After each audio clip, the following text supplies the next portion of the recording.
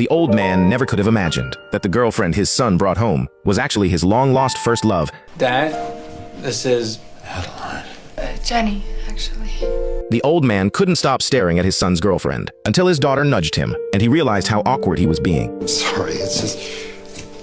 You look exactly like this old friend of mine, Adeline Bowman. That's my mother. You joke. You really? Yeah. Oh my gosh. Did you know her? Wow. We were very close. How's she doing? She passed away. When he heard that his former lover had passed away, the old man was shocked and utterly devastated. But what he didn't know was that the woman standing right in front of him was his first love. And it all started on a night 80 years ago, in a southern town where it never snowed. A freak snowstorm suddenly rolled in. 28-year-old Adeline was rushing home when she lost control of her car on the road. It crashed through the guardrail, tumbled down the hillside, and plunged straight into the freezing river below. She lost consciousness almost immediately, and her heart stopped beating. But right at that moment, something miraculous happened. A massive bolt of lightning struck from the sky, sending a powerful surge of electricity through the icy water and restarting her heart. Before long, she woke from her coma, and from that moment on, she received a gift from above, the ability to stay forever young. Her life was frozen in time at the age of 28. As the years went by, people around her grew suspicious of her ageless face. Adeline? My God, you haven't changed a bit. To keep her secret hidden, Adeline had no choice but to credit her ageless appearance to good makeup and skincare. Her daughter loved seeing her mother look so young, always beaming with a joyful smile. But deep down, Adeline knew the truth. This so-called eternal youth was really a terrifying curse. Not long after, she was pulled over by a cop for a traffic violation. When he checked the ID Adeline provided, he grew suspicious about whether the information was real. That would make you 45 years old? Yeah. Ma'am, I'm going to hold on to this. When you come by the station house to pick it up, please bring your birth certificate. I'd be happy to, officer. Is tomorrow morning all right? Sure. Terrified of drawing unwanted attention to herself, Adeline packed her bags that very day and left her hometown. She went into hiding in an unfamiliar place, burying herself in books, seeking answers for her condition. But after a full year of searching, she couldn't find a single scientific theory that could explain her impossible condition. From then on, she had no choice but to accept this curse of immortality, living every day looking over her shoulder. Then one stormy night, government investigators caught up with her. Two men in black used her lack of residency papers as an excuse and shoved her into their car without explanation. They claimed they just needed to run a few tests, but Adeline was absolutely terrified. The thought of cold medical examinations and horrifying lab experiments filled her with sheer panic. Luckily, when the men stepped away for a moment, Adeline seized her chance and managed to escape through the trunk. To make sure they couldn't find her again, she had no choice but to run once more. Maybe the price of eternal youth was a life on the run, but her daughter was the one thing she couldn't let go of. Before leaving, Adeline had to say goodbye. The next time we see each other, I'll have a new identity. I'll always be your mother. You'll just have to introduce me as your friend. Mama, no. It has to be this way.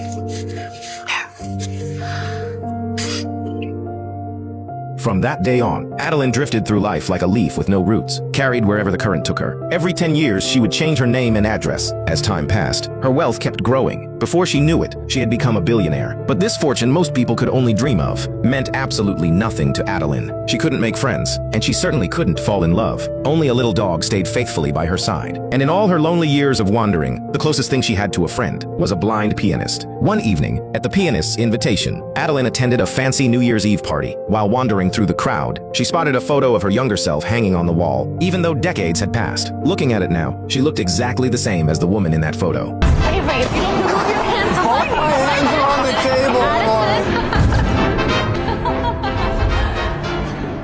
The sudden flood of memories hit Adeline with a wave of sadness. Time had pressed pause on her life. She was still young, but the people who once shared her laughter and tears were long gone. Despite her stunning beauty and no shortage of admirers, she knew that being cursed by time meant she didn't deserve any kind of love. Perhaps for someone who never ages, loneliness is the only constant in life. But a man standing nearby caught her eye and she couldn't look away. Something about the way he carried himself reminded her of someone from her past, and Adeline's beauty, shining like the brightest star in the night sky, naturally drew his attention as well. They gazed at each other for a long moment, until a young woman appeared at his side, and Adeline quietly let the thought go, wrapping herself back in her familiar cloak of solitude. But just as she stepped into the elevator, ready to leave this place that had stirred up so many feelings, that man came chasing after her, like a gust of wind. The moment he stepped inside, he used a pickup line that was cheesy yet sincere, charming and witty yet perfectly polite. He had Adeline genuinely laughing. But that brief moment of joy couldn't shake her resolve. The second the elevator doors opened, she bolted from that dangerously tempting space. But the man wasn't about to give up. Where you off to? Some place with better food. My apartment. Like a shadow, he followed Adaline all the way outside trying to get her number. But Adaline turned him down again and again. She wanted him to take the hint and back off, but she clearly underestimated his determination. Just as Adaline was getting into a taxi to leave, he threw himself in front of the car to stop it. There you go again, putting your hand in places it doesn't belong. How do we get in touch? Happy New Year, Ellis. Thank you, sir. Adaline figured he would be just like all the others and eventually give up against her emotional walls, so she didn't give it another thought. The day after New Year's Eve was her birthday. There was no big party like you'd expect. No flowers or gifts from friends and family. Only her elderly daughter, full of love and warm wishes, met her at a little corner restaurant. Seeing her daughter grow older each day left Adaline with a bittersweet ache. She knew she was destined to outlive her own child. Since her 10-year cycle was up, Adaline suggested moving closer to live with her daughter, to be there for her in the final chapter of her life. But her daughter knew how risky that would be and couldn't bear the thought of her mother grieving her death. So she insisted on going to a nursing home instead. Seeing how firm her daughter's mind was made up, Adaline didn't push it any further. Over all these years, besides constantly moving from place to place, she had found herself a job at the library. And because of that, she had developed a special bond with books. One day, while working at the library as usual, she got quite a surprise. The man from New Year's Eve had actually tracked her down. He showed up under the pretense of donating some books, but really he was there to get Adaline's contact information. When he saw Adaline was right there, he'd only donate the books if she agreed to a date. Since the books were ones Adaline truly wanted, she couldn't bring herself to say no. Where? Someplace you've never been. Well, if it's in this city, that's unlikely. Try me.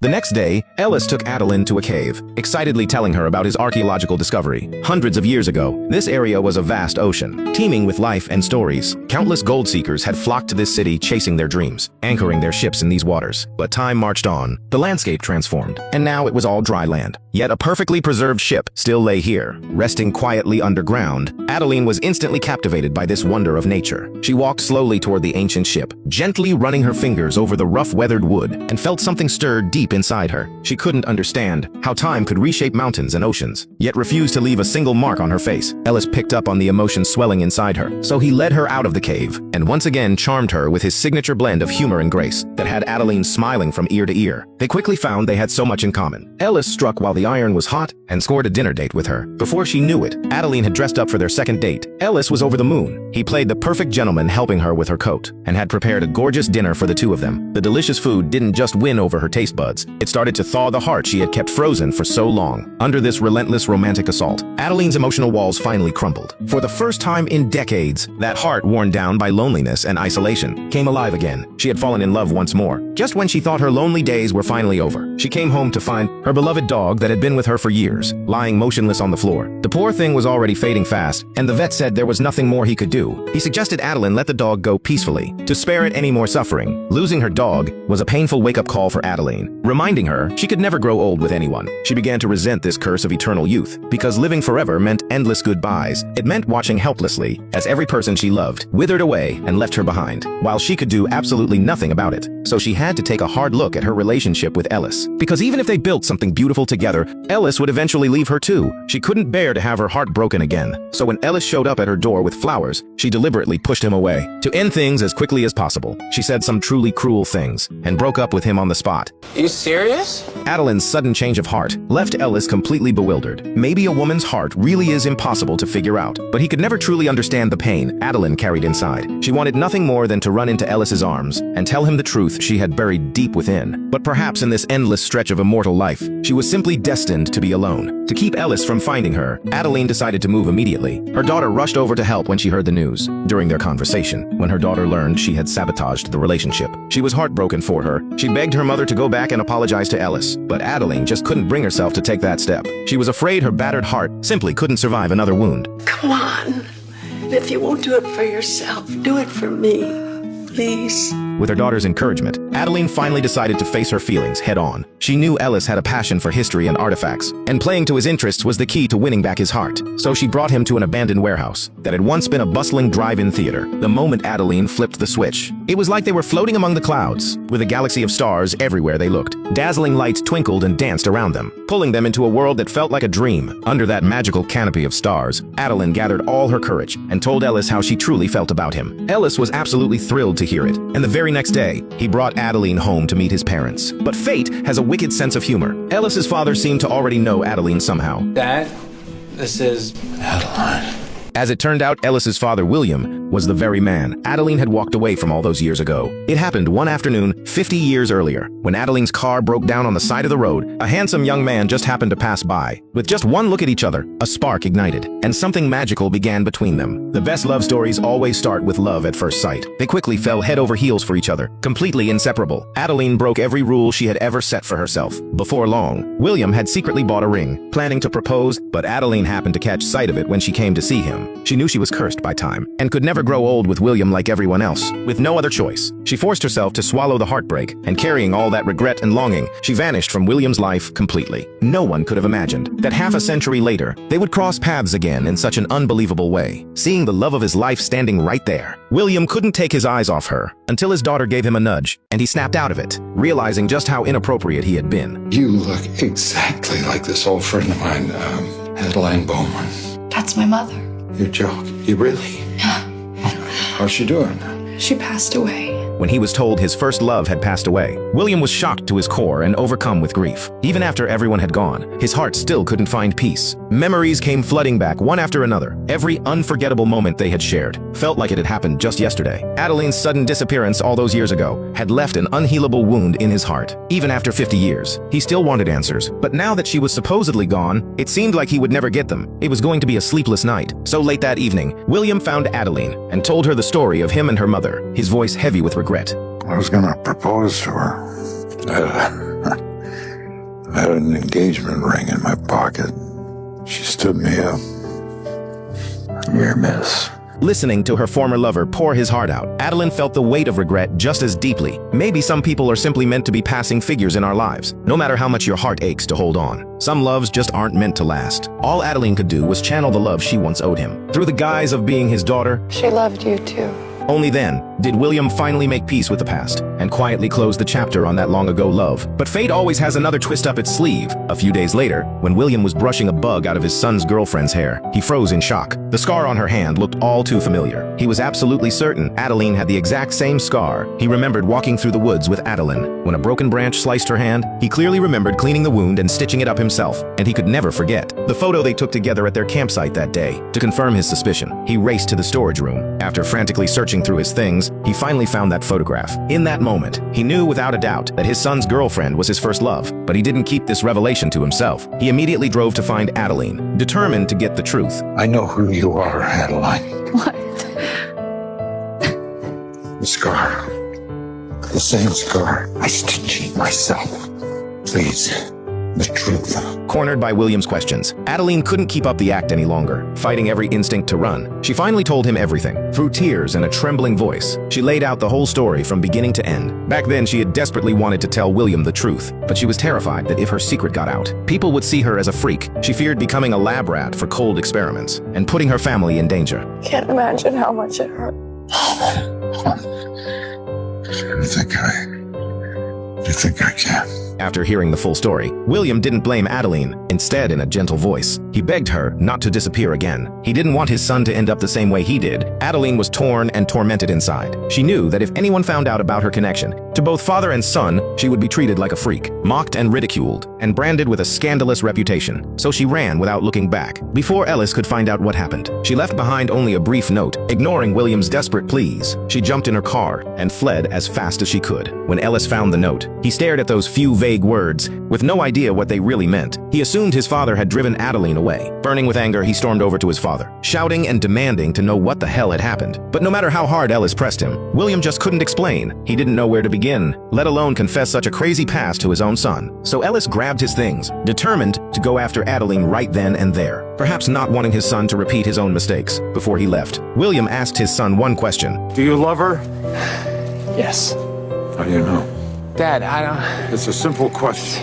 How do you know? Because nothing makes sense without her. William understood exactly what his son was feeling. He placed the car keys in Ellis's hand, hoping his son could finish what he himself never could, and not spend a lifetime regretting it. Meanwhile, Adaline was racing down the road in full retreat, tears blurring her vision. She thought back on her life. This damn ageless face had put her through hell. Night after night, she had lived in a constant cycle of fear, running and hiding, drowning in loneliness, never truly living a life worth calling her own. Just as she was consumed by that endless despair, Ellis's warm, healing smile flashed through her mind, and in that instant, her walls came crashing down for good. After a moment of reflection, she made her decision to turn back, to face this curse of eternal youth head on. No matter what happened, she was going to fight for this love. But just as she turned the car around, a truck came out of nowhere and slammed right into her. The truck driver saw there were no witnesses at the scene and took off into the night, leaving Adaline badly injured, alone in the silent valley waiting for the end. Then the sky started dumping snow once again. By the time Ellis reached her heart had already stopped beating. Paramedics arrived on the scene shortly after. As they used the defibrillator on her, something miraculous happened once again. Just like when lightning had struck her all those years ago, her heart jolted back to life. Consciousness slowly returned, and she woke from the darkness. After she was rushed to the hospital,